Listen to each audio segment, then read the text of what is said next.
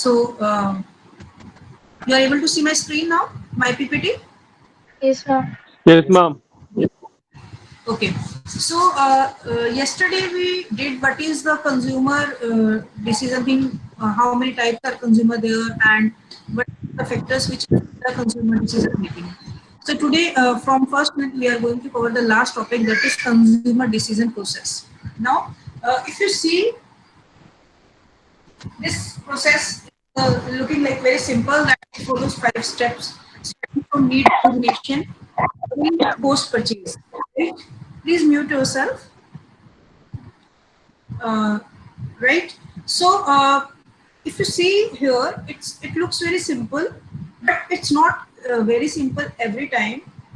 As we discussed last time also, that it can, change, it can skip any step, it can come forward and it can go backward again, it can move forward or backward, it can move any with any direction. But the basic thing is that it's not that these steps doesn't come. One or the two steps will at least come in this whole journey.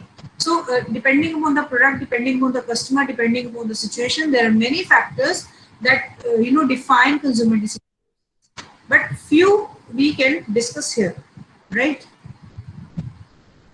So first we will start with need recognition. As I think Dave yesterday told us about the laptop he purchased. It was PC there. ma'am, PC. Yeah. So we discussed something about his laptop need and how he came through the evaluation thing. Now today we'll see it in more detail, how things are done in the consumer's mind. See, first of all, we need to recognize the need, and uh, that need can be, you know, uh, can be is able to can be of psychological need or of functional need, right? Let's say एक second, admit करते करते मैं परेशान हो जाती हूँ। Anyhow, सी देखिए, need को जब आपकी अराइज होती है, उसके दो तरीके होते हैं। एक तो आपको इंटरनल नीड अराइज होती है, let's say if you are feeling hungry, so you have that kind of internal urge that you want to have food, that is the internal urging or internal stimuli of the need.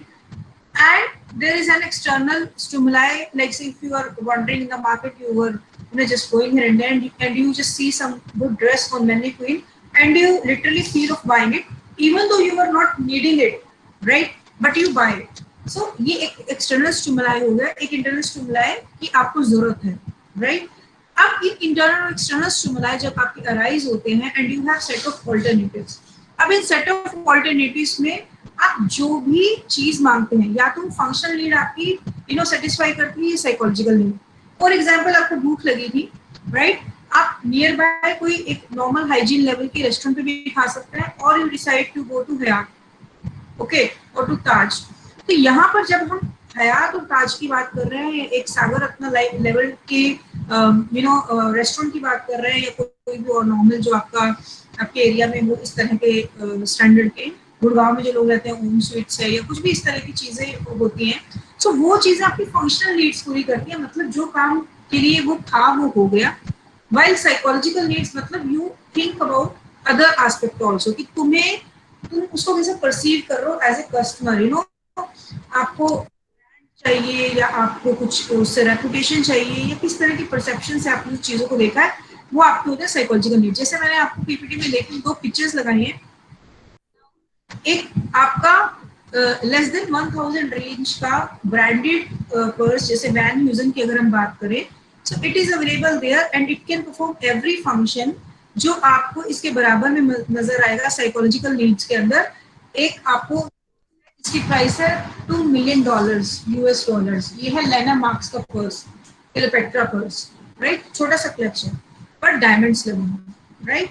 अब ये अगर हम ले रहे हैं और ऊपर वाला ले रहे हैं, पर्पस तो मोर और लेस दोनों एक ही सॉल्व करेंगे। You can't stay in this purse, ultimately आपकी मनी स्टे करेगी, राइट? लेकिन the psychological satisfaction is different while we are carrying this purse and this purse, right? Security के एंगल से विल फील मोर सिक्योर कि कोई हमारा छीनेगा नहीं, but if people are aware कि 2 मिलियन का पर्स है तो लोग पर्स को ही छीनेंगे। So there could be different psychological satisfactions attached with the product also. तो ये एक एज ए मार्केटर आपको ये भी देखना पड़ता है कि आपका प्रोडक्ट कैटेगरी क्या है, whether you are there for taking care of psychological needs of the people, or you are dealing in the uh, zone of functional needs, right? अब जब हम बार बार फोन की बात करते हैं तो हम एक एप्पल फोन की इसलिए बात करते हैं, वो आपकी मिड सेक्शन है, वो साइकोलॉजिकल नीड्स भी पूरी करता है, पर देयर आर वेरियस फीचर्स, जैसे आपको सिक्योरिटी फीचर उसमें कंपैरेटिवली हाई मिलता है, आपका डेटा लूज नहीं होता अगर आप क्लाउड सर्विसेज ले लेते हैं, और भी बहुत सारे फीचर्स हैं उसमें, वायरस वगैरह इतनी जल्दी नहीं आता है जितना कंपैरेटिवली एंड्रॉइड फोन में या चीजों में आ जाता है, sophistication is more, touch is more. तो जरूरी नहीं है कि कोई भी प्रोडक्ट कैटेगरी प्योरली फंक्शनल होगी, प्योरली साइकोलॉजिकल होगी, there would be mixture of both the needs in every product. Of course there would be some less and some more, like Cleopatra में ऐसा नहीं, पैसे नहीं डाल सकती हूँ, I can put money, but the thing is that uh, the thing is that uh, just I'm letting people come. But the thing is that uh, it has less of the functional value but more of the psychological value. In the similar end, this when user wallet or clutch has more of the functional needs, satisfying more of the functional needs, less of the psychological needs. Again, आपका economic status भी बहुत काम आता है. If you are, if someone from very जिनको 2 square meal भी नहीं afford कर सकते हैं, if they get this person, for them this is also a Calcutta purse. So definitely different factors work behind it, but more or less it's more about functional and psychological needs. Now, second point is search for information. See, कल भी हमने किया था कि जब हमें एक laptop खरीदना था तो हम डिफरेंट तरह की सर्च एक स्प्री पे निकल जाती हैं नई चीजों को, कि अब हमें ढूंढना है कि हमें क्या लेना है। अब सर्च का लेवल बहुत अलग होता है डिपेंडिंग अपॉन कि किस तरह की प्रोडक्ट है वो, तो हम उस हिसाब से डिसाइड करते हैं कि हमें उसके ऊपर सर्च कितना करना है। हमने कल भी डिस्कस किया था कि if the product is expensive, then we try to do less search on that, but अगर product expensive है, ज़्यादा involvement है, हम ज़्यादा search करते हैं। But having said that, दो सोर्स होते हैं मेनली आपकी सर्च करने के, एक होते हैं इंटरनल सर्च फॉर इन्फॉर्मेशन और दूसरा होता है external search. Now what is internal search for information? Internal search का मतलब होता है कि लेट्स से आपके मन में आया कि मुझे एक ड्रेस लेनी है। नाउ लेट्स से आपको फाइनल ईयर है, ये ऑफलाइन सिनेरियो है और आपको इंटरव्यू के लिए फेस करना है, एंड एज सच आपको ब्लैक ट्राउजर और एक फॉर्मल सी शर्ट चाहिए और फॉर्मल सा कोट चाहिए, सूट चाहिए, कुछ भी इस तरह की ड्रेस चाहिए जो जनरली आपकी वार्डरोब में अभी तक मिलती है। तो एकदम से जब मैं एक फॉर्मल ड्रेस की बात करती हूँ, आपके दिमाग में क्या आता है? कम on anyone,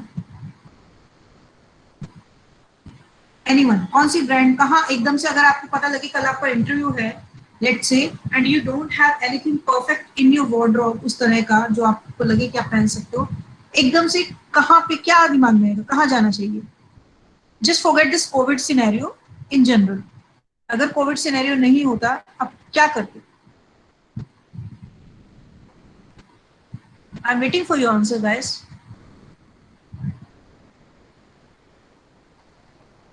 excuse me,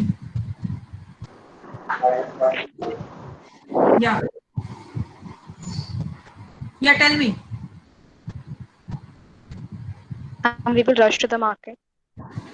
rush to the market, okay, but कौन सी ब्रांड दिमाग में आती है बेटा? कहाँ जाते हो? किसी भी जगह चले जाते हैं and you will get the formal कपड़ा। अच्छा, and that interview is very important for you, mind it. एक ऐसी कंपनी से कॉल आया which can be your dream job, then what you have done? Maybe Raymond or BlackBerry. हाँ, और any other thing? दो brands बताइए। Vimal.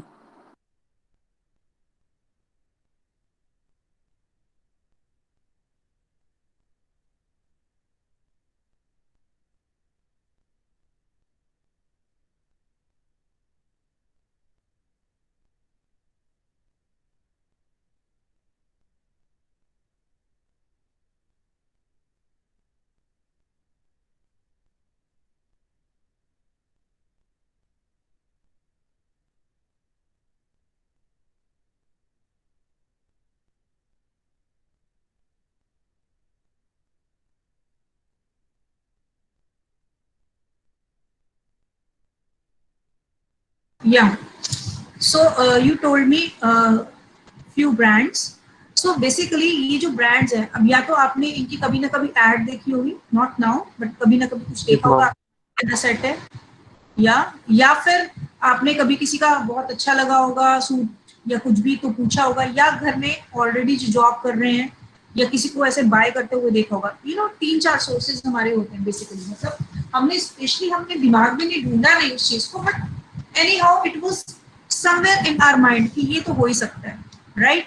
अब इन 2-3 brands के साथ आप जाते हैं या नेट पर आप सर्च करते हैं, then you come across any other brand. अच्छा, इसका भी इंडिया में एक स्टोर खुल गया, अच्छा ये भी है, I didn't knew about that. So वो जब आप करते हैं तो वो आपकी हो जाती है internal external search for information. एक तो जो आपको ऑलरेडी आपकी इन्फॉर्मेशन है, राइट? जैसे मैं आज लैपटॉप लेने जा रही हूँ, सपोज मेरे दिमाग में अपनी प्राइस रेंज में 2 लैपटॉप मेरे दिमाग में रहते हैं, keeping in my usage in mind कि मेरा किस तरह का यूसेज है. आई थिंक कि डेल और एचपी मुझे ठीक लगते हैं, ओके आई विल गो दो, मैं ये 2 देख रही हूँ. तो ये मेरा इंटरनल सर्च है, क्योंकि मैंने over the period of time देखा कि ज्यादातर लोगों के पास एक डेल है या एचपी है. नाउ जब मैं मार्केट में निकलती हूँ, लेट्स से मैं डिसाइड करती हूँ नेहरू प्लेस जाती हूँ या इधर थोड़ा जाके आती हूँ, देखती हूँ what could be, so may be the third brand मेरी कंसिडरेशन में आ जाती है.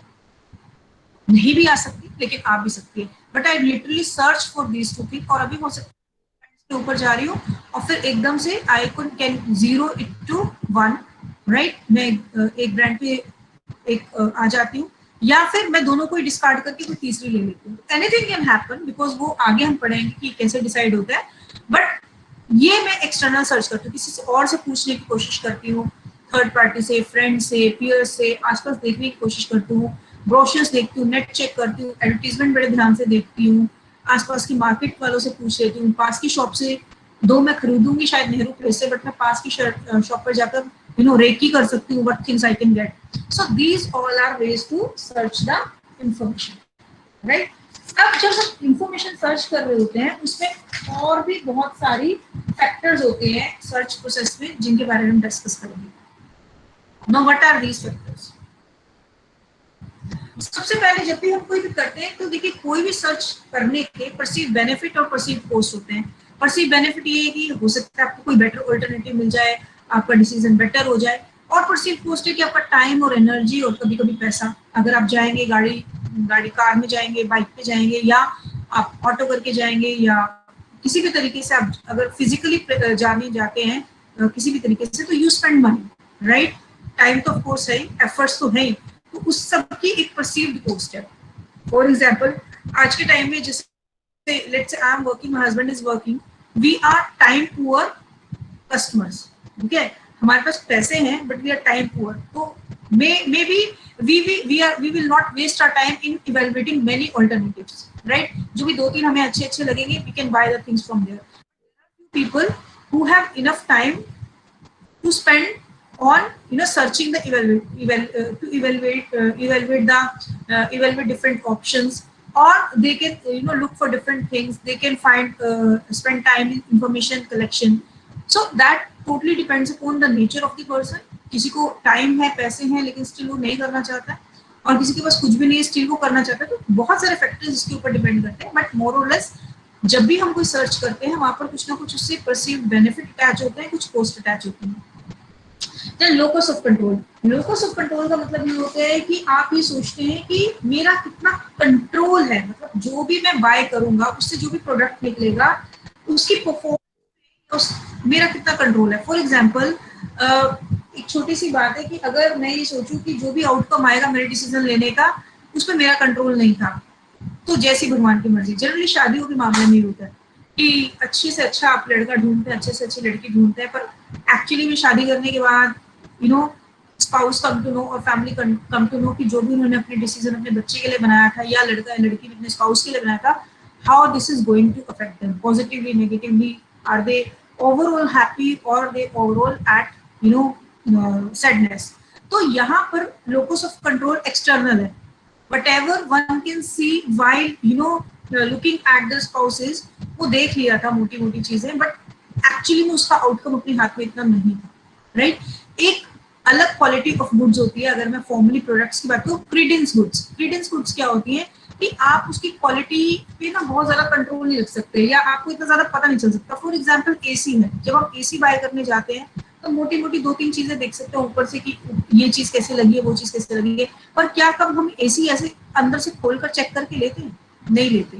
हम डॉक्टर के पास जाते हैं किसी पे, हम किसी कुछ उनका वर्ड ऑफ माउथ सुन के जाते हैं कि बहुत अच्छे हैं, but can we check the quality of the doctor other than his word of mouth? की किसी के पास्ट एक्सपीरियंस के अलावा हमारे पास कोई और तरीका है ये फाइंड आउट करने का कि इस डॉक्टर की क्वालिटी कैसी है? नो।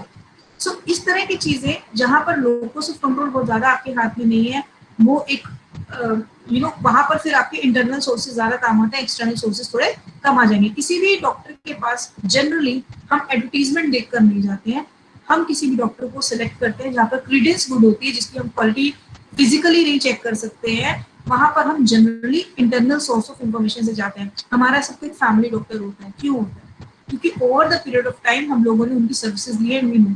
सिमिलरली लॉयर एक हमारा फैमिली का जनरली होता है, क्योंकि over the period of time we have taken his services and we know that that person will protect our interest to the best. इस तरह की चीजें जनरली उस पे चलती है। और दूसरा, आपको लगता है कि कई बार you have internal locus of control, मतलब हमारा ज्यादा कंट्रोल है कि ये चीज कैसी निकलेगी, हमें पता है, we can control it, we can check its quality.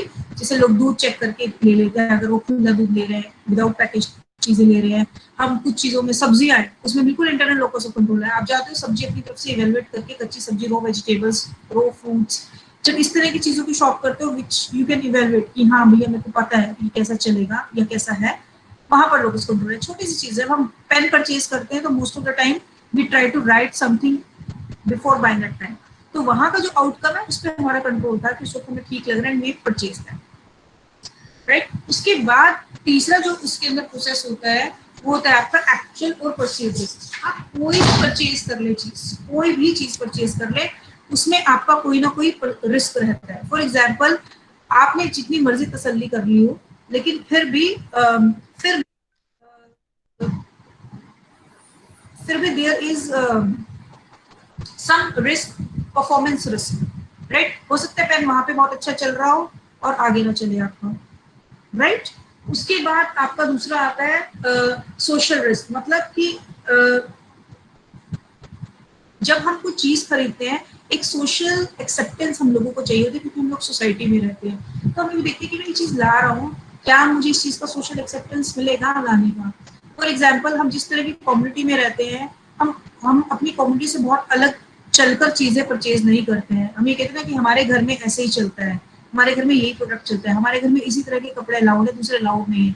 Even if we like that, फिर भी हमारी कोशिश ये रहती है कि हम वही कपड़े खरीदें जिसकी हमारे घर में सोशल एक्सेप्टेंस है, rather than other one, right? You cannot fight for every piece of dress, every dress के लिए तुम नहीं सब करोगे। So ये सारी चीजें चलती हैं आपके, एक रिस्क होता है सोसाइटी का। देन साइकोलॉजिकल रिस्क होता है, मतलब सेफ्टी रिस्क भी कह सकते हैं। अब हम ओला शेयर, उबर शेयर यूज करते हैं, राइट। अच्छा एक बात बताइए, आप लोगों में से ओला शेयर या उबर शेयर कोविड से पहले कितने लोगों ने यूज किया हो? यूज किया है किसी ने? शेयरिंग पे किसी ने नहीं? नोबडी किया है मैम। किया है? Yes ma'am. Okay, any how, तो एक आपका होता है यहाँ पर रिस्क सेफ्टी का। अब अगर यूज किया है तो एक सेफ्टी का रिस्क रहेगा कि को पैसेंजर पता नहीं कैसा हो, स्पेशली फीमेल की केस में ज्यादा डर लगता है कि दे लिटरली फील समटाइम। तो इसलिए आप कभी भी देखेंगे शेयरिंग पे फीमेल्स थोड़ा कम जाती है, मेल्स थोड़े ज्यादा काबिल। देन साइकोलॉजिकल रिस्क में एक और रिस्क आपका आता है, एक आपका मॉनेटरी रिस्क भी होता है। कभी कभी आपको लगता है कि मैंने चीज महंगी तो नहीं ले ली है, कभी ऐसा तो नहीं है कि मैंने सही से कोई सोर्स ना लिया हो और वो मैंने महंगी ले ली हो, और it could be purchase from anywhere at economical rate. जैसे वो ऐड देखते ना, कौन सी गोपी की नहीं, आई डोंट नो कौन सी है वो, जो एक लड़की ने वो सस्ता लिया होता और बाकी ने महंगा, वो आई भी वो क्या है, वो कंपेयर करने वाली वेबसाइट बेटा, एक ऐड आती है ना ऐसे, एक दो कस्टमर दिखाते हैं जिसने सेम चीज महंगी ली होती है, होटल का रूम, और दूसरा सस्ता लिया होता है, तो वो याद है प्लेटफॉर्म है वो जो बताता है, ट्रिवैगो, हाँ ट्रिवैगो का ऐड होता है ये। तो वो चीजें, ये एक रिस्क हमेशा रहता है, फाइनेंशियल रिस्क जिसको कहते हैं। ठीक है, चलिए उसके बाद आपने इंफॉर्मेशन सर्च कर ली। इंफॉर्मेशन सर्च करने के बाद आपका अगला काम आता है कि आप सोचते हैं कि अब मुझे अपने फैक्टर्स को इवेलुएट करना है। इसमें सबसे पहला आपका आता है, जब हम इवेलुएट कर रहे होते हैं क्राइटेरिया को, तो जो हमारे कन्वीनियंस होता है पहले तो हम उसके लिए इतनी मेहनत नहीं करते हैं इंफॉर्मेशन सर्च करने में, और अगर करी भी है तो हम उसको इतना इवेलुएट नहीं करते, बहुत ज्यादा सोचते नहीं है कि मैं ये लूँ या मैं ये लूँ। ज्यादातर जो परचेज हम इनफ्रीक्वेंट करते हैं या ज्यादातर चीज जो हम बहुत महंगी लेते हैं उसी के लिए हम बहुत ज्यादा इवेल्युएशन करते हैं, अदरवाइज नॉर्मल हर चीज के लिए हम इवेल्युएशन बहुत ज्यादा नहीं करते, राइट। अब इवेल्युएशन करने के दो मेन तरीके होते हैं, या तो आप उसको एट्रीब्यूट लेवल पे इवेल्युएटिव क्राइटेरिया बना देते हो, या फिर आप उसका एक डिटर्मिनेंट एट्रीब्यूट बनाते हो। व्हाट इज इवेल्युएटिव क्राइटेरिया या एट्रीब्यूट सेट क्या होता है, मतलब जैसे हमने कपड़ों की बात की थी कि हमें इंटरव्यू के लिए कुछ बढ़िया से कपड़े खरीदने हैं, तो वो 2 4 10 ब्रांड सारी इंफॉर्मेशन जितनी भी कंपनीज फॉर्मल क्लोथिंग बेचती हैं अच्छे वाली, वो यूनिवर्सल सेट हो गया, राइट। रिट्रीवल सेट वो हो गया कि जब आपने दिमाग में सोचा, जब आपने इंफॉर्मेशन सर्च कर ली, अच्छा मैं इन 3 4 5 6 10 को आपने रिट्रीव कर लिया कि मैं इसके पास भी जा सकता हूँ, मैं इसके पास भी जा सकता हूँ, मैं इसके पास भी जा सकता हूँ, मैं इसके पास भी जा सकता हूँ, I can buy from here from here from here, मैं 5 7 10 दिमाग में आ गई। बट क्या हम उन 10 शॉप्स को विजिट करते हैं? उनमें से हम कुछ 2 या 3 चूज करते हैं। अगेन हमारे बहुत सारे पैरामीटर्स होते हैं उसके पीछे, हमारा कितना टाइम अवेलेबल है, हमारी रेंज में कितनी आती है, बहुत सारे फैक्टर्स उसके ऊपर डिपेंड करते हैं, हमारे घर के पास कौन सा है, या मतलब वो सब चीजें। तो वो आपका इवोक्ड सेट हो गया, यूनिवर्सल मतलब जितने भी कंपनीज बेचती हैं, रिट्रीवल मतलब जितने आपके माइंड में उस वक्त आई हैं कि मैं कहाँ से परचेज कर सकता हूँ, और इवोक मतलब आप फाइनली शॉर्टलिस्ट कर लेते हैं कि अब मैं इनमें से किसी में से अपना एक फॉर्मल अटायर चेक करूंगा, right. This is your evoke set. तो आप पहले यहाँ से एक तो ब्रांड को इवेलुएट करते हैं, फिर इवोक सेट में ऑफकोर्स जो आपकी 2-3 ब्रांड्स हुई, आप वहां पर जाते हैं, चेकआउट करते हैं ड्रेसेस को, जो भी आपको ठीक है।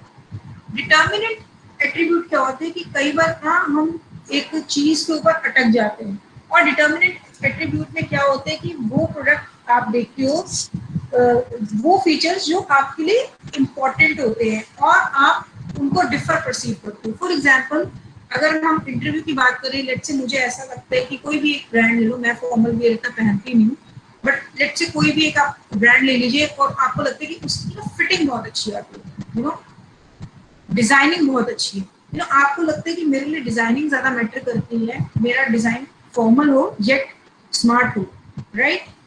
कैजुअल प्लस फॉर्मल हो, कुछ भी आपकी कोई भी प्रेफरेंस हो सकती है, तो आपके लिए वो डिटर्मिनेंट एट्रीब्यूट हो, ठीक है।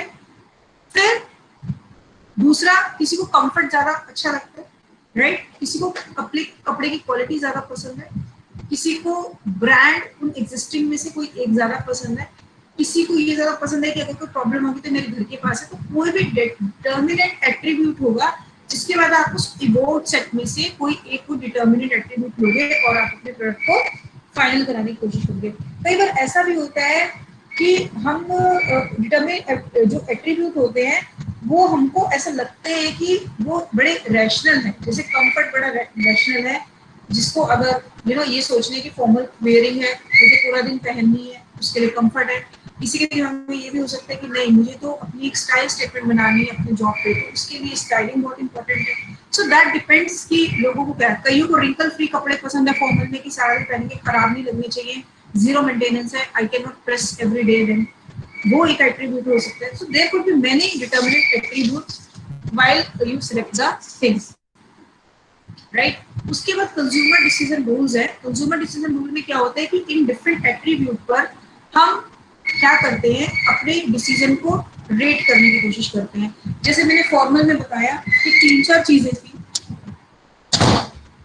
जैसे रिंकल फ्री कपड़ा चाहिए, लेस मेंटेनेंस वाला, मुझे डिजाइनिंग बहुत अच्छी चाहिए, मुझे कपड़ा ऐसा चाहिए जो सस्टेनेबल रिसोर्सेज से बना हो क्योंकि मैं बड़ा एनवायरमेंट फ्रेंडली हूँ, मुझे ऐसा चाहिए जो फेड ना होते, जिनकी लाइफ बहुत अच्छी होती हो, ऐसा कपड़ा चाहिए। सो कुछ भी आपके पैरामीटर हो सकते हैं। तो कंपलसेटरी में क्या होता है कि आपको एक पैरामीटर थोड़ा ज्यादा मिल रहा है, एक थोड़ा कम मिल रहा है। फॉर एग्जाम्पल आपको डिजाइन या कलर्स इतने ज्यादा ऑप्शंस नहीं मिल रहे, पर आपको क्वालिटी बहुत अच्छी मिल रही है, कंफर्ट बहुत अच्छा मिल रहा है। तो समटाइम्स कस्टमर का जो डिसीजन होता है वो कंपनसेटरी होता है, या ठीक है मेरे को 5 कलर मिल रहे हैं ना, दैट्स फाइन, या ब्लू में रेगुलर ब्लू ही है, कोई डिफरेंट ब्लू नहीं है, दैट्स ओके, पर इसकी ये चीजें बहुत अच्छी है। तो मतलब इन सब चीजों ने कलर्स को कंपनसेट कर दिया, तो वो हो गया compensatory consumer decision rule. Non compensatory में क्या होगा कि हम एक ही पैरामीटर पे चलते हैं कि नहीं मैं तो बस स्टाइल पे जाऊंगा, एक चीज के लिए चाहे वो बाकी पैरामीटर पे नीचे हो, बहुत नीचे हो, सिर्फ एक पैरामीटर पे ऊपर हो, आप उसी पैरामीटर पे ले लेते हैं, वो आपका होगा नॉन कंपनसेटरी। कि उस पैरामीटर ने बाकी को कंपनसेट नहीं किया है, और वो इतना स्टार्क था आपके लिए, वो इतना इंपॉर्टेंट था आपके लिए कि आपने उस चीज को इग्नोर नहीं किया, and you have purchased your thing, or you have based your decision on the basis of only that single component. So that is called non-compulsory. समझ आ गया कि सबको? Everyone, can I move further? Yes. Yes, ma'am. Great. चलिए next, जब आपने सारे criteria सब कुछ फाइनल कर लिए, सब कुछ हो गया, उसके बाद आपकी स्टेज आती है कि आपने परचेज करना, ठीक है, परचेज कर लिया या कंज्यूम कर लिया। you know that जरूरी नहीं है कि जो परचेज करता हो वो कंज्यूम भी करता हो, तो यू कैन बी कंज्यूमर और customer at the for the same thing, right. तो अब यहाँ पर जो कस्टमर है, जो रिटेलर है, देखिए वो जो ब्रांड है वो बहुत बड़ी फाइट लड़कर आई है, जो आपके एक्चुअल में आपके शॉपिंग बैग का हिस्सा बनी, ठीक है, बहुत बड़ी जर्नी उसकी थी। अब कई बार बहुत सारी चीजें ऐसी होती हैं, स्पेशली जब हम ऑनलाइन मार्केटिंग की बात करते हैं, जब हम डिजिटल मार्केटिंग की बात करते हैं, एक कंपनी का, एक रिटेलर का बहुत ज्यादा इंटरेस्ट होता है कि वो ये देखिए कि मेरी ब्रांड कंज्यूमर के बैग तक क्यों नहीं गई, और अगर नहीं गई तो उसने क्या लिया है, राइट। तो कन्वर्जन रेट क्या होता है कि जब एक कंपनी, आप इंफॉर्मेशन सर्च कर रहे हैं, आपने अपने वर्चुअल कार्ट में एक चीज को डाला है पर आपने उसको छोड़ दिया, तो मतलब आपकी कन्वर्जन रेट कंपनी की कम हो गई। लोग आपकी चीजें देखते हैं, चेकआउट करते हैं, इधर देखते हैं उधर देखते हैं, पर लेकर नहीं जाते। So that is a reason to worry for the marketer, and every marketer want to increase the conversion rate. Increase the conversion rate मतलब जितनी चीजें उसकी शॉर्टलिस्ट में होती हैं, राइट, पर शॉर्टलिस्ट से परचेज में भी कन्वर्ट हो। तो रिटेलर को जो ट्रांसफर करना होता है अपनी इनको अबंडेंट कार्ड्स को, उसको ट्रांसफॉर्म करना होता है अपनी शॉपिंग कार्ट में। अब बिकॉज ऑफ, अच्छा, इसके लिए वो नए नए स्कीम्स लेकर आते हैं, जैसे नेटफ्लिक्स आपको डिफरेंट, अब उसने कितना सारे डिफरेंट पैकेजेस लगा दिए, स्पेशली कोविड में बहुत आसान कर दिया है। देन उसके बाद बहुत सारी ऐसी डीवीडी रेंट की बहुत सारी अलग अलग, आप देखेंगे हॉटस्टार है, सोनी का भी नया आ गया है टीवी, सबको पता है ये ओटीटी बहुत चल रहा है, तो सबने अपनी अपनी नई नई स्कीम्स ले आई हैं, बहुत सारे फ्री भी ले रहे हैं, बहुत सारे शो, सारे इंडियन जितने भी सेलिब्रिटीज हैं उनके लेकर स्पेशली शो लेकर आ रहे हैं। तो they trying to convert their things, मतलब अगर लोग देख रहे हैं मेरा 5 मिनट, तो वो मेरा किस तरह का शो छोड़कर जा रहे हैं, वो एक पूरा डेटा कलेक्ट कर लेते हैं, किस तरह का शो इंडियन ज्यादा पसंद कर रहे हैं, वो इंडियन बेस्ड स्टोरी ज्यादा पसंद कर रहे हैं, वो बाहर की स्टोरी ज्यादा पसंद कर रहे हैं, किस तरह के इश्यूज पर वो देख रहे हैं, कॉमेडी ज्यादा देख रहे हैं, हॉरर ज्यादा देख रहे हैं, या सोशल इश्यू से ज्यादा जुड़ा वो देख रहे हैं। So that is also decided on these things, right.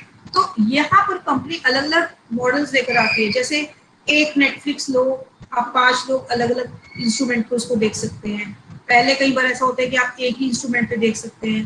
कुछ ऐसी कंपनीज हो सकती हैं, आप डाउनलोड कर लो, आप मल्टीपल, आपकी अपनी एसेट बन गई वो, मतलब चाहे आप फिर बाद में नेटफ्लिक्स रखो या नहीं रखो, आपके पास हो गई हो, ऐसी ऑप्शंस भी आ सकती हैं। So there could be an number of options which can come, ताकि कंपनी जितने भी ऑफर्स आते हैं वो सारे अबंडेंट कार्ड को शॉपिंग कार्ड में कन्वर्ट करने के लिए ही आते हैं। तो एक कंपनी बहुत ज्यादा इंपॉर्टेंट है। इसके लिए जो ज़ेपोज है आपने सुना होगा, या overstock.com है, वो कई बार टाइम रिलेटेड सेल भी होती है कि आप 2 घंटे तक आपकी डील है। एक वो शॉप क्लू करके समथिंग एक इंडियन की कुछ उसमें भी होता था, 2 घंटे के लिए एक डील है, जल्दी जल्दी ले लो। तो वहां पर क्या होता है कि जनरली हम मन बनाते हैं और उसको शॉपिंग कार्ड में छोड़ देते हैं, अरे देखेंगे इसको, देखेंगे जब कोई और डील आएगी, अभी तो ये और गिरेगा, तो हम उसको अबेंडन करते हैं। तो उस अबेंडन को वो कैसे कंट्रोल करते हैं, टाइम डालकर, ये डील स्टील डील है, 2 घंटे में खत्म, ले ली वरना ये नहीं आएगी। सो डिफरेंट डिफरेंट स्ट्रेटेजीज वो लेकर आते हैं, बहुत डिफरेंट तरह की बंडल पैकेजिंग लेके आते हैं, इस तरह का बंडल मिल गया तो मिल गया, इसके साथ ये फ्री है, ये फ्री है, ये फ्री है, ये अब नहीं होगा तो फिर नहीं होगा. So they try to do this thing. ये आपको होता है परचेज एंड कंजम्पशन में. तो एक as a marketer they want कि आप ज्यादा से ज्यादा परचेज दें जिस चीज को सर्च कर रहे हैं, राइट. नाउ जो कस्टमर की जर्नी है वो सिर्फ परचेज के बाद खत्म नहीं होती, उसके बाद दो मेन स्टेजेस आती हैं. या तो आता है कस्टमर सेटिस्फेक्शन. यू नो, आपने एक चीज, देखो सेटिस्फेक्शन बड़ी सब्जेक्टिव टर्म. कई बार हम कोई ऐसी चीज खरीदते हैं जहाँ पर हमारी एक्सपेक्टेशंस नहीं होती, but it turns out to be very good. कोई ऐसी चीज याद आती है आपको, कोई लाइफ कोई एग्जांपल है ऐसा कि आपने ऐसी कुछ खरीद लिया या ऐसी कुछ कर लिया और बिना ज्यादा एक्सपेक्टेशन के और बहुत ही बेयर मिनिमम एक्सपेक्टेशन की, and that thing turned out to be very good. कोई एग्जांपल देना चाहेगा आपकी क्लास में से? Then I share mine. Come on, anyone? कोई जा चुके हो या कोई है क्लास में? हाँ जी मैम, हाँ जी. Yes ma'am, yes ma'am. तो ऐसा तो नहीं मुझे म्यूट कर देते हो, किसी एक को इंप्रेशन लगा रखी है तुमने, देखो मैडम कुछ पूछती है तो फिर हमें बता देना. नो मैम, नो मैम, ऐसा नहीं है. हम सोच रहे हैं कि ऐसा कुछ है नहीं है. फोटो नहीं रहा ना, तुम लोगों की सेटिंग्स बहुत जल्दी चलती है. ऑनलाइन का कोविड का पूरा फायदा तुम भी उठा रहे हो. नहीं मैम, कहाँ उठा रहे हैं? नहीं उठा पा रहे? नो मैम, रेगुलर क्लास ले रहे हैं मैम. अच्छा, चलिए बताइए कोई ऐसा लाइफ में एग्जांपल हुआ हो, कोई ऐसी चीज खरीदी गई हो जो बहुत कम एक्सपेक्टेशन से आपने खरीदी हो और you know and you feel like bowled away with that, यार ये तो बढ़िया चीज ली गई मुझसे. मैम मैंने एक बार फ्लिपकार्ट के बिग बिलियन डेज में ना वो लिया था, क्रोमकास्ट गूगल का. ओके. मेरे को लगा नहीं था कि मतलब I bought it for like 50% of था उस पे एमआरपी पे. तो मैंने कहा अब इतना सस्ता मिल रहा है तो ले लेता हूँ. फिर जब मैंने उसको यूज किया ना तो मतलब पहले मैंने सोचा था कि कभी कभी रेयरली यूज करूंगा, but then I found myself using it every single day. But product you buy? Chromecast ma'am, जिससे फोन की चीजें टीवी पे दिख जाती है. अच्छा अच्छा, okay okay. Anyone else? Movies के साथ बहुत होता है. हाँ जी मैम. मैं एक मूवी देखने गई थी और आप नाम सुनोगे तो हंसोगे कि मैम क्या बात कर रही है. मूवी अच्छी है मतलब, लेकिन मैंने बाय चांस ट्रेलर नहीं देखा या I don't know what happened. Chak De movie was there. Chak De, everybody has I think देखा होगा सबने एक बार जरूर, शाहरुख खान का वो हॉकी वाला पिक्चर, ऑब्वियसली मैम, चक दे किसने. है ना. मैंने उसका ट्रेलर नहीं देखा, पता नहीं क्या हुआ क्या नहीं हुआ, आई don't no. My husband book the ticket and I was fighting, मेरे को नहीं जानी है, कहते नहीं चलो. सो मेरे को ये भी नहीं पता था कौन है, पता नहीं क्यों क्या हुआ मुझे, मैंने नहीं मिस कर दिया उसका जो भी था. And when I came I was so excited to see the movie. It's a good movie, I really like it. अभी भी देख लेती हूँ आ रही होती है तो कभी कभी. मैम शाहरुख खान की तो बेस्ट मूवीज है, चक दे. हाँ, लेकिन ये चलिए, मुझे ऐसा नहीं है, I am not any pro actor की इस सेक्टर की देखनी, I am not of that sort. I am more into the movie and story person, कि मुझे कुछ चीज अच्छी लगती है, कंसेप्ट अच्छा लगता है, आई लाइक दैट थिंग. वो हर प्लॉट वाइज, राइटिंग वाइज चक दे परफेक्ट है एक मूवी तो. नहीं वो सबका अलग अलग है. That's what I am telling कि वहां पर मेरा सेटिस्फेक्शन लेवल ही अलग था, क्योंकि मैं किसी गई नहीं. Are you getting it? क्योंकि मेरे लिए वो बिल्कुल नई थी, तो वहीं पर सेटिस्फेक्शन आपकी अलग होगी. और सिमिलरली आप बड़ी हाई एक्सपेक्टेशन से जाओ. ये भी बता देती हूँ, कुर्बान पिक्चर गई थी, किसी ने मुझे इतना, अरे बड़ी अच्छी पिक्चर है, ये है ये है ये है, और इतना और टाइम लिया जो मेरी बॉडी क्लॉक के हिसाब से मुझे कभी सूट नहीं करता है, ठीक है, क्योंकि इतना एक्साइट कर दिया था कि आई थॉट कि चलो अभी चलते हैं. Okay, and I didn't like that movie much. And ये ज्यादा खेल जो होता है ना, एक्सपेक्टेशंस का होता है. कौन सी मूवी? कुर्बान खान के साथ, करीना के साथ, जिसमें वो शायद नेगेटिव रोल था सैफ अली खान का, कुछ मिलिट्री. मैम, हाँ जी हाँ जी आ गया. Excuse me ma'am. या मैम, कुर्बान is still better movie. Ma'am मैं रेस 3 देखने गया था मैम. क्या देखने गए थे? मैं रेस 3 देखने गया था. हाँ मतलब बहुत खतरनाक मूवी. हमारे पास time, you are time rich customer भाई, तुम फिर भी जा सकते हो, मेरी सोचो. Anyhow, yes ma'am. Anyhow, अभी तो मैं रिस्क जाती ही नहीं हूँ. अब तो मैं मतलब पूरी एक्सटर्नल इंफॉर्मेशन कलेक्ट करके फिर जाती हूँ. जो पूरी दुनिया पिक्चर देख लेती है, अब मैं तब जाती हूँ. because I am very time poor customer. तब तक फिर स्पॉइलर मिल जाते हैं, कोई ना कोई कुछ बता ही देता है पिक्चर में क्या होगा। हाँ नहीं वो कम ही सुनती हूँ मैं, फिर भी इंजॉय करती हूँ। और इवन टीवी पर भी मुझे दुख होता है, मतलब it's not about spending money on theatre.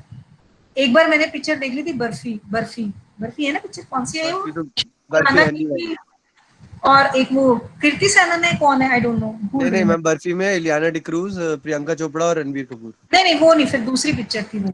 Bombay barfi तो वेलवेट तो नहीं अच्छी कह थी। रहे आप? बर्फी तो बहुत हाँ अच्छी थी। बॉम्बे हाँ, वेलवेट। बरेली की बर्फी। बरेली की बर्फी, यस, अच्छा, मुझे बरेली बर्फी की याद था। ओहो। हाँ, अच्छा अच्छा सो आई लिटरली क्राइड कि मैंने क्यों देख ली, मतलब अच्छा। देखनी भी पूरी थी क्योंकि बैठ गई थी और घर पे ही थी। बरेली की बर्फी तो फनी थी, राजकुमार राव का कैरेक्टर अच्छा था। उसमें हाँ राजकुमार राव का कैरेक्टर मुझे भी अच्छा था यार। बिल्कुल अच्छा था, सस्पेंस भी था, लेकिन मुझे टाइम वैल्यू फॉर मनी नहीं लगा, राइट? टाइम मैम वैल्यू आप, भी। आपकी फेवरेट मूवी कौन सी है मैम? मेरी फेवरेट मूवी भी सोचा नहीं। सोचो एक बार बताओ। अच्छा जो मूवी 10 बार भी देख लूं वो फेवरेट ही होगी, जैसे आई नो नहीं मैम। आई लाइक मुझे सोशल इश्यूज की पिक्चर थोड़ी ज्यादा पसंद है, पर टॉयलेट एक प्रेम कथा मैंने अभी तक नहीं देखी है और मेरा देखने का मन भी नहीं है, पता नहीं क्यों। मैंने पैडमैन नहीं देखी, मैंने टॉयलेट प्रेम कथा नहीं देखी, शायद कभी देखूं तो अच्छी भी लगे, पर बहुत सालों से मैंने बहुत पिक्चरें नहीं देखी हैं। सो मेरी जो भी चॉइस है वो पीछे ही चल रही हूँ मैं, बहुत कम देखती हूँ आजकल पिक्चर्स। बीच बीच में थोड़ी सी देखी है मैंने, बट वो इतनी मैम नहीं। आजकल जो ओटीटी प्लेटफॉर्म पे शोज आ रहे हैं वो देख रहे हो आप? हाँ पताल लोग देखा है मैंने। कैसा लगा मैम बता लो? वो तो काफी हाँ सोशल ये हमारा कॉमेडी। रिकॉर्ड हो रहा है जी, lecture, okay, will discuss it off the record, okay ma'am okay. ठीक है। बट एनी हाउ पताल लोग में काफी सारे सोशल इश्यूज को इकट्ठा किया गया था, दैट्स हाँ व्हाई जी। कहने का बहुत मतलब ये, जी बताएं। बहुत तगड़ी सोशल कमेंट्री है ताल्लुक में, तो काफी चीजें उन्होंने कवर करी। मैंने आर्या भी देखा है, मैंने आर्या भी देखी है, बट अभी भी मुझे एक दो और भी देखने की कोशिश की थी मैंने, और अभी मैंने उसको दिवाली तक पूरी वेब सीरीज को रोक दिया, because it's a time spoiler. मेरा बहुत बुरी तरह से टाइम जाता है, 2 या 3 दिन में कुछ और नहीं कर पाती हूँ जब तक मैं वेब सीरीज खत्म ना कर दूं, मेरे को बहुत गलत आदत है। और मैंने स्पेशल ऑपरेशंस भी देखी थी। अच्छा अच्छा और मैम, एमएक्स प्लेयर पे आश्रम आया है, वो देखना, वो काफी सही बता रहे हैं। हाँ वो मैंने दिवाली तक का सेव रखा है, दिवाली की छुट्टियों में देखूंगी मैं। और what I am trying to tell you is, मुझे अभी तक पता लोग सबसे अच्छी लगी सही जितनी में भी। उसने बहुत, मतलब उसने तो इंडियन उसका टीवी सीरियल्स का एग्जैक्टली दैट रोल शोज पढ़ा ट्रू दिया। रियलिटी, जो हम शायद अपनी आंखों से बहुत सारी देखते हैं और कुछ नहीं देख पाते, यू नो, इंडिया के अंदर और क्या है जो हमसे मिस हो रहा है। और सच बताऊं, उस मूवी ने मेरी कुछ चीजें सोचने का तरीका चेंज कर दिया उस हम्म। इसमें, अबाउट मेरे कुछ रिजर्वेशंस माइंड के बिल्कुल हटा दिए। So that's my take on that. Anyhow हम कस्टमर सेटिस्फेक्शन की बात कर रहे थे, तो सेटिस्फेक्शन, अगर आपकी पार्किंग में मर्सिडीज खड़ी है, ठीक है, और आपकी पार्किंग में एल्टो खड़ी है, वो भी सेकंड हैंड, और कोई आता है बच्चा और उसके ऊपर पत्थर से चीर करके चला जाता है, यू नो, स्क्रैच मार के चला जाता है, क्या हाल होगा दोनों केस में?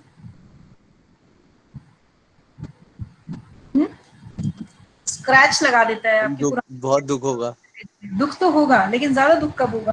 फर्स्ट केस में मैम, ऑब्वियसली। डेफिनेटली वहां पर सेटिस्फेक्शन, पैसा मतलब मनी कितनी लगी है आपकी, आपका इमोशनल अटैचमेंट कितना है, और आपकी एक्सपेक्टेशंस क्या है, ये सारी चीजें आपकी सेटिस्फेक्शन को डिसाइड करती हैं, राइट? मतलब आपके पोस्ट परचेज बिहेवियर को।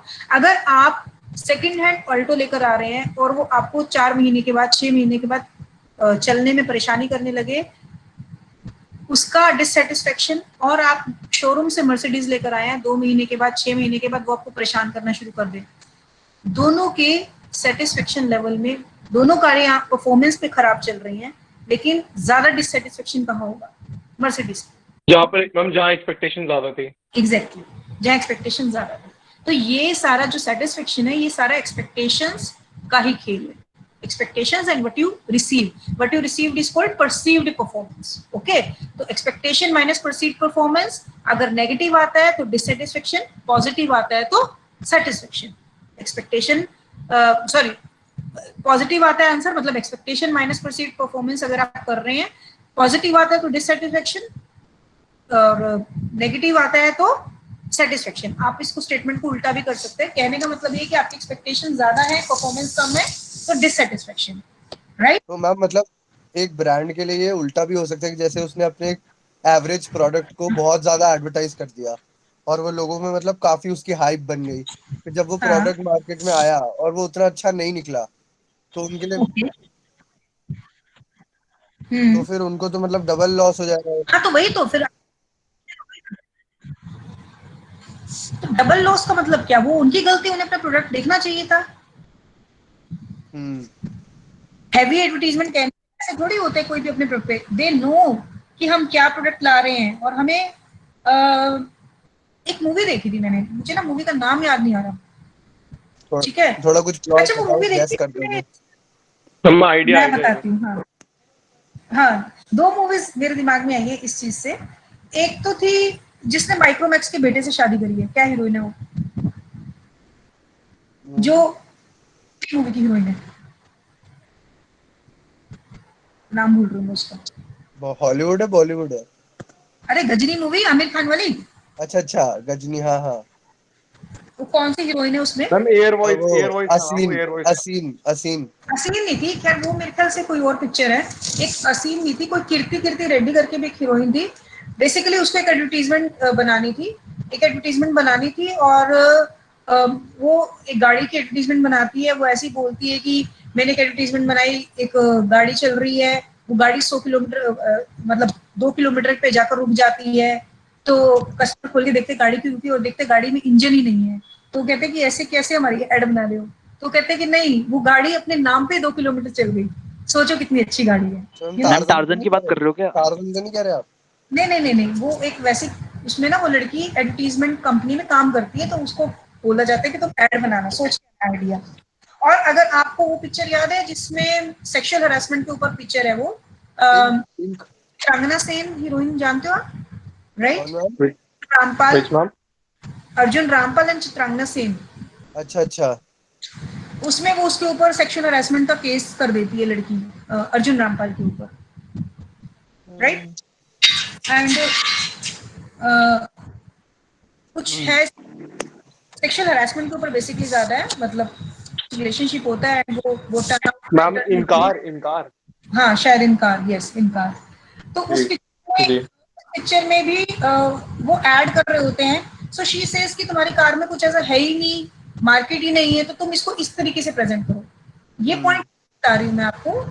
जब मार्केटर्स अपनी चीज बनाते हैं, दे देमसेल्फ सी कि हम कहाँ पर हैं। They know their competitor well, right? हमसे ज्यादा उन्हें पता होता है कि हमारे सामने तो 3 ब्रांड होती हैं, हमें हर ब्रांड की पूरी स्ट्रेंथ और वीकनेसेस नहीं पता होती। पर आप सोचिए, जो आपका कंपटीटर होता है, आप उसको कितना रीड कर रहे होते हो, you almost follow your competitor, right? तो जो मार्केटर्स होते हैं वो भी फॉलो करके आते हैं। ऐसे नहीं है कि वो ऐसे उठकर आ गए और अपनी जो भी पैसे लगा दिए। Money is hard earn, and वो ऐसे नहीं कभी भी इन्वेस्ट करते हैं। So what they will do, वो अलग स्ट्रेटजीज अपनाते हैं।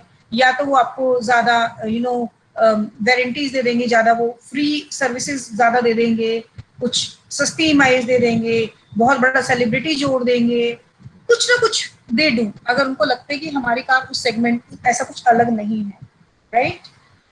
एनी हाउ, उसके बाद होता है आपका पोस्ट परचेज कोग्निटिव डिसऑर्डर। इसके अंदर क्या होता है, बेसिकली ये डिससेटिस्फेक्शन की बात है। जैसे आप घर में कोई चीज ले आए, बड़े शौक से ले आए, 2 लोग कह देते हैं ये तो बड़ी अच्छी लग रही है, और 4 लोग आगे कहते हैं ये क्या ले गए, इससे अच्छा तो मैं लेकर आया था। सो आप एक पॉजिटिव नेगेटिव डिलेमा में हो जाते हो। ऐसा हुआ होगा बहुत बार कि यार मैं ये लाया, और मैं तो आप अपनी पसंद से लाए चीज, पर घर आकर आपका माइंड चेंज हो गया। वो कैसे होता है? जब आपको एडिशनल इन्फॉर्मेशन मिल गई, राइट? किसने कह दिया अरे तू यहाँ से लाया, मैं तो वहां से इतनी सस्ती लाया, अरे तुम ये लाए हो, ये तो बहुत पुरानी हो चुकी है, मैंने तो 2 साल पहले देखा था। आपने आज देखा था, आपको नया लगा और आप अच्छा लगा, बट जब व्हेन समबडी से इतनी पुरानी ड्रेस, ये तो मैंने तब पहनी थी, तुम तब की लाए हो अब।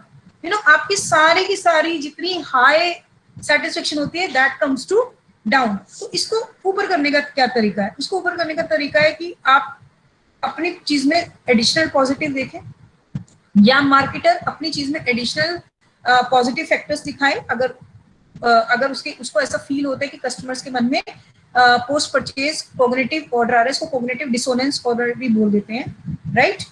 या आपके या आपके कंपटीटर में प्रोडक्ट के कंपटीटर की नेगेटिव चीजें शेड करें, या आप एडिशनल यूज निकालें उस चीज का, मतलब कुछ ना कुछ अपने माइंड को सेट करें, एज ए मार्केटर अपने कस्टमर के माइंड को सेट करें। जैसे बहुत बड़ी बड़ी जो कंपनीज होती हैं या जो महंगी चीजों में डील करती हैं, जनरली वो कस्टमर रिलेशनशिप मैनेजमेंट बहुत अच्छा बनाती हैं। जैसे आपको ये बताएंगे कि आपने कितना बड़ा काम किया है, कितना वाइज डिसीजन लिया है आपने हमारी कंपनी का प्रोडक्ट लेके। They try to catch you through emails, blogs के जरिए। दूसरी चीज होती है कि मान लीजिए आपको किसी कंपनी से बैड एक्सपीरियंस रहा है, तो किसी कंपनी से बैड एक्सपीरियंस रहा है तो आप ब्लॉग पे ये लिख देते हैं या वेबसाइट पे लिख देंगे उसके रिव्यूज में। तो बहुत सारी कंपनीज होती हैं, अगर वो उसको ठीक से हैंडल ना करे तो आपके नेगेटिव रिव्यू डिलीट कर देंगी, पॉजिटिव रिव्यू पर रखेंगी, पर वहां पर आप और एजिटेट हो जाएंगे। कुछ कंपनीज अच्छी होती हैं, वो इस चीज को चैलेंज लेती हैं और इसको एक इम्प्रूव करने का स्कोप समझती हैं, इसको डिस्कशन पॉइंट समझती हैं, तो वहां पर वो उस चीज को एड्रेस करते हैं। उस पर्टिकुलर कस्टमर को इंडिविजुअल लेवल पर जाकर कॉन्टेक्ट किया जाता है और उसकी प्रॉब्लम सॉल्व करने के बाद उसको रिक्वेस्ट किया जाता है कि आपकी ये प्रॉब्लम भी अब हमने सॉल्व कर दिया, तो please right a positive blog, या इस चीज को आप मेंशन कर दें। क्योंकि होता क्या है कि प्रॉब्लम्स तो लाइट में आ जाती हैं, पर उसके बाद उसका क्या हुआ वो ठीक से कई बार नहीं हो पाता है।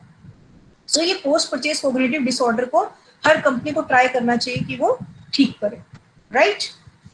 और अगर ये नहीं कर पाते हैं तो ये कन्वर्ट कर देता है नेगेटिव वर्ड ऑफ माउथ में, जो बड़ा मुश्किल होता है कंट्रोल करना। एक छोटा सा वीडियो है, आप इसके साथ इसको देख लीजिए और फिर मैं अपना लेक्चर कंक्लूड कर, राइट?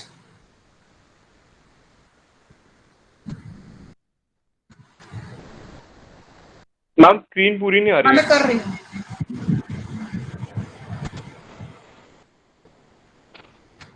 अब देखो आ रही है। Yes ma'am.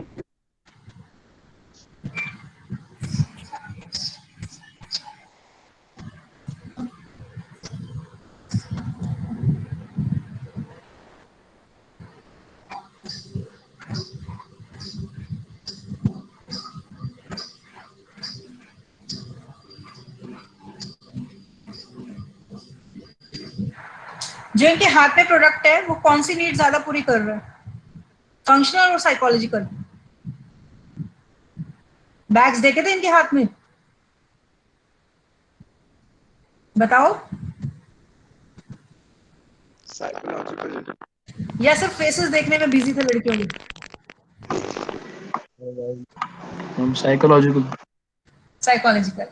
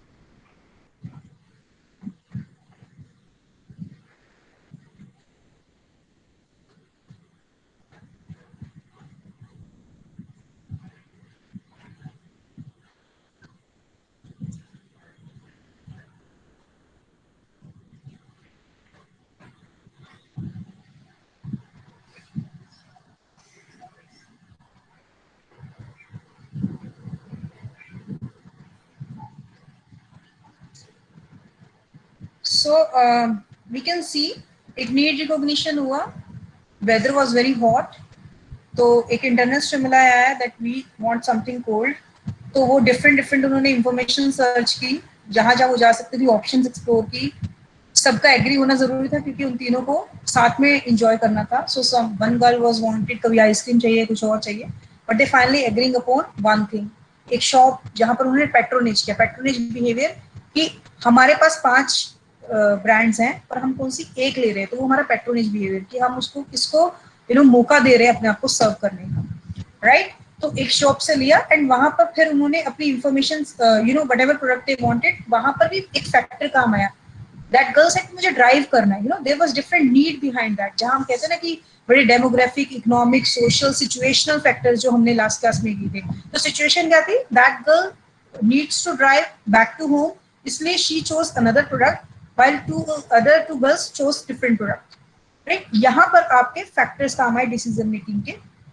Then she went there, चीजें अवेलेबल थी, she brought them और उन्होंने कंज्यूम किया. और post purchase behaviour, they were happy with the chilledness, जो भी उनको एक बेसिक चीज से आपने चीज शुरू की थी कि आपकी गर्मी कम हो जाए, they were feeling very hot, तो वो आपको कूल डाउन करे.